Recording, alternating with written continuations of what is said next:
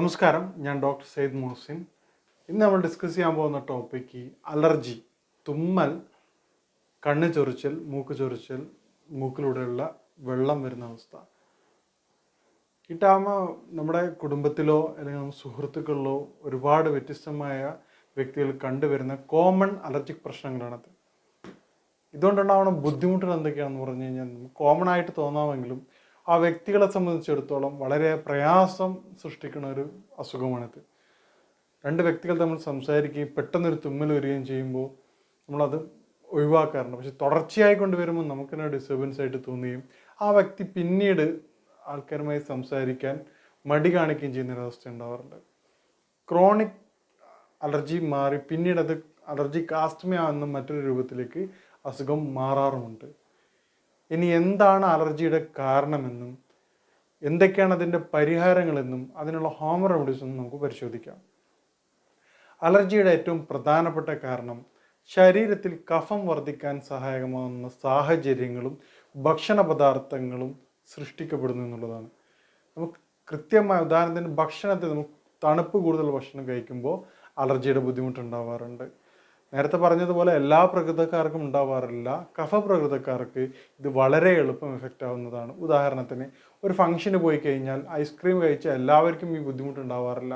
മറിച്ച് കഫപ്രകൃതമുള്ള വ്യക്തികൾക്ക് തൊട്ടുടനെ തന്നെ തുമ്മലും തൊണ്ടവേദനയും അതുപോലെ തന്നെ മൂക്കൊലിപ്പും വളരെ പെട്ടെന്ന് കണ്ടുവരാറുണ്ട്. മറ്റൊരു പ്രധാനപ്പെട്ട കാരണമാണ് കാലാവസ്ഥ ചേഞ്ച് ചെയ്യുക. പെട്ടെന്നൊരു തണുപ്പ് ചൂടുള്ള സമയത്ത് പെട്ടെന്നൊരു മഴ വരുന്നതോടെ കഫപ്രകൃതമുള്ള വ്യക്തിക്ക് അദ്ദേഹം തുമ്മൽ സ്റ്റാർട്ട് ചെയ്യും, അല്ലെങ്കിൽ പെട്ടെന്ന് തന്നെ ജലദോഷം വരാറുണ്ട്. ഈ കഫം ബോഡിയുടെ ചേഞ്ചസ് വരുന്നതനുസരിച്ചാണ് ഈ പ്രയാസങ്ങൾ സൃഷ്ടിക്കുന്നത്. യുനാനി വൈദ്യശാസ്ത്രം അനുസരിച്ച് കഫം എന്നുള്ളത് ബോഡിയുടെ ഇമ്മ്യൂൺ സിസ്റ്റവുമായി ബന്ധപ്പെട്ടതാണ്. ശരീരത്തിനെ പ്രൊട്ടക്റ്റ് ചെയ്യേണ്ട ഒരു സിസ്റ്റമാണ് കഫപ്രകൃതം. ഉദാഹരണത്തിന് ഒരു കുട്ടിയെ രക്ഷിതാക്കൾ ചെറുപ്പകാലത്ത് കുട്ടിക്ക് എന്തെങ്കിലും ബുദ്ധിമുട്ടുകൾ സംഭവിക്കുമെന്ന് വിചാരിച്ച്, കുട്ടിക്ക് അപകടങ്ങൾ സംഭവിക്കുമെന്ന് വിചാരിച്ച് കുട്ടിയെ വീട്ടിൽ തന്നെ അടച്ചിടാറുണ്ട്. അത് കുട്ടിക്കും ഇഷ്ടമാണ്, കാരണം പുറത്ത് പോയി കഴിഞ്ഞാൽ അപകടങ്ങൾ. മറിച്ച് മുതിർന്നു കഴിഞ്ഞതിന് ശേഷവും പാരൻസ് അവനെ പുറത്ത് വിടാതെ വീട്ടിൽ തന്നെ ചുറ്റിത്തിരിയുകയാണെങ്കിൽ അത് കുട്ടിക്ക് ബുദ്ധിമുട്ടുണ്ടാക്കും. പാരൻസിനെ സംബന്ധിച്ചുള്ള ഹാപ്പിയാണ്, കുട്ടിക്ക് പുറത്ത് പോയി അപകടങ്ങളൊന്നുമില്ല. പക്ഷേ കുട്ടിയെ സംബന്ധിച്ചിടത്തോളം അത് വളരെയധികം പ്രയാസം സൃഷ്ടിക്കും. ഇതേ മെക്കാനിസമാണ്. കാരണം ഉദാഹരണത്തിന് തുമ്മൽ വരുന്നതുകൊണ്ട് ബോഡി ചെയ്യുന്നത് ബോഡിയിൽ ഫോറിൻ ബോഡി കയറുന്നത് പ്രിവെൻറ്റ് ചെയ്യുകയാണ് തുമ്മലോട് ഉദ്ദേശിക്കുന്നത്. തൊട്ടടുത്ത മുന്നിൽ കൂടെ പോകുന്നൊരു ഫോറിൻ പാർട്ടിക്കിൾസിന് വേണ്ടി ഇവിടുന്ന് തുമ്മിയത് കൊണ്ട് എന്ത് ചെയ്യും, ബോഡി ഓവറായിട്ട് അത് ശ്രദ്ധിക്കണം. പക്ഷെ അത് തുടർച്ചയായിട്ട് ചെയ്യുമ്പോൾ അത് ശരീരത്തിന് വളരെ പ്രയാസം സൃഷ്ടിക്കുന്നതാണ്. ഇത്തരത്തിൽ കഫത്തിൻ്റെ കാഠിന്യം കുറക്കുന്നതോടുകൂടി നമുക്കിത് വളരെ എളുപ്പം കുറക്കാവുന്നതാണ്. രണ്ടാമത്തെ ഒരു കാരണം സമയം തെറ്റിയുള്ള കുളികളാണ്. സമയം തെറ്റിയുള്ള കുളികളാണ് അലർജിയുടെ ഏറ്റവും പ്രധാനപ്പെട്ട മറ്റൊരു കാരണം. കുട്ടികളും സ്ത്രീകളാണ് ഇത് കണ്ടുവരുന്നത്.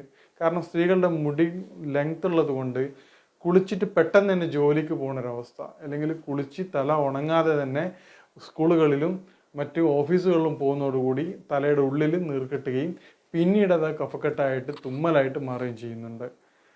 പിന്നീടുള്ള മറ്റൊരവസ്ഥയാണ് കുട്ടികളെ വൈകുന്നേരങ്ങളിൽ കുളിപ്പിക്കുന്ന അവസ്ഥ.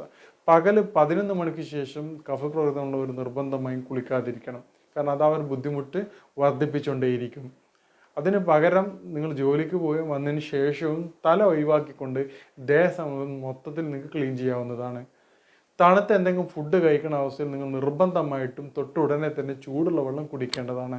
അല്ലെങ്കിൽ പറ്റുമെങ്കിൽ ചൂടുവെള്ളം കൊണ്ട് കവിൾ കൊള്ളേണ്ടതാണ്. ഇത്തരത്തിൽ നിങ്ങൾ പ്രിവെൻറ്റ് ചെയ്യുകയാണെങ്കിൽ നിങ്ങൾക്ക് കഫവുമായി ബന്ധപ്പെട്ട ബുദ്ധിമുട്ടുകൾ വളരെ എളുപ്പം തന്നെ കൺട്രോൾ ചെയ്യാവുന്നതാണ്. ഇനി കഫവുമായി ബന്ധപ്പെട്ടിട്ടുള്ള ഹോം റെമഡീസ് എന്തൊക്കെയാണെന്ന് നമുക്ക് പരിശോധിക്കാം. കഫത്തിൻ്റെ ബുദ്ധിമുട്ടുള്ള വ്യക്തികൾ, അലർജിയുടെ ബുദ്ധിമുട്ടുള്ള വ്യക്തികൾ നിങ്ങൾക്ക് ദിവസത്തിൽ ഇരട്ടി മധുരം അഥവാ അസലെ ഉസൂസ് ആയുർവേദ ഷോപ്പുകളിൽ ലഭ്യമാണ്. അതുകൊണ്ടാണ് ആയുർവേദ ടേം പറയാൻ കാരണം യുനാനി ഷോപ്പുകൾ വളരെ വിരളമായിരിക്കും. നിങ്ങൾക്ക് ആക്സസ് ആയിട്ട് കൂടുതൽ കിട്ടുക നമ്മൾ നാടൻ തരിമരുന്ന് കടകളിൽ പോയിട്ട് ഇരട്ടി മധുരം ചോദിക്കുകയാണെങ്കിൽ അത് വീട്ടിൽ കൊണ്ടുപോയി പൗഡർ ആക്കിക്കൊണ്ട് 2-3 നേരം തേനിൽ ചേർത്ത് കഴിക്കുകയാണെങ്കിൽ ഈ കഫത്തിൻ്റെ ബുദ്ധിമുട്ട് വളരെ എളുപ്പം ശമിക്കുന്നതാണ്. പിന്നീട് കുരുമുളക് നിങ്ങൾക്ക് കൂടുതലായിട്ട് ഭക്ഷണത്തിൽ ഉൾപ്പെടുത്താവുന്നതാണ്. മറ്റൊരു പ്രധാനപ്പെട്ട കാര്യം നേരത്തെ പറഞ്ഞതുപോലെ ആ കുളിയുടെ കാര്യം നിങ്ങൾ കൺട്രോൾ ചെയ്യാനും വളരെ എളുപ്പം തന്നെ അത് മാറാവുന്നതാണ്. ഈ മേൽപ്പറഞ്ഞ കാര്യങ്ങൾ നിങ്ങൾ പൂർണ്ണമായിട്ടും ശ്രദ്ധിക്കുകയാണെങ്കിൽ കഫവുമായി ബന്ധപ്പെട്ട കാര്യം നിങ്ങൾക്ക് പൂർണ്ണമായിട്ട് കൺട്രോൾ ചെയ്യുന്നതാണ്. ഇനി കഫവുമായി ബന്ധപ്പെട്ട ഈ അലർജിയുമായി ബന്ധപ്പെട്ട മറ്റൊരു വിഷയങ്ങൾക്ക് നിങ്ങൾക്ക് കാണാം. ഇതുമായിട്ട് ബന്ധപ്പെട്ട എല്ലാ സംശയങ്ങൾക്കും ഈ നമ്പറിൽ നിങ്ങൾക്ക് ബന്ധപ്പെടാവുന്നതാണ്. ഇനി മറ്റൊരു വിഷയമായിട്ട് കാണാം. നന്ദി, നമസ്കാരം.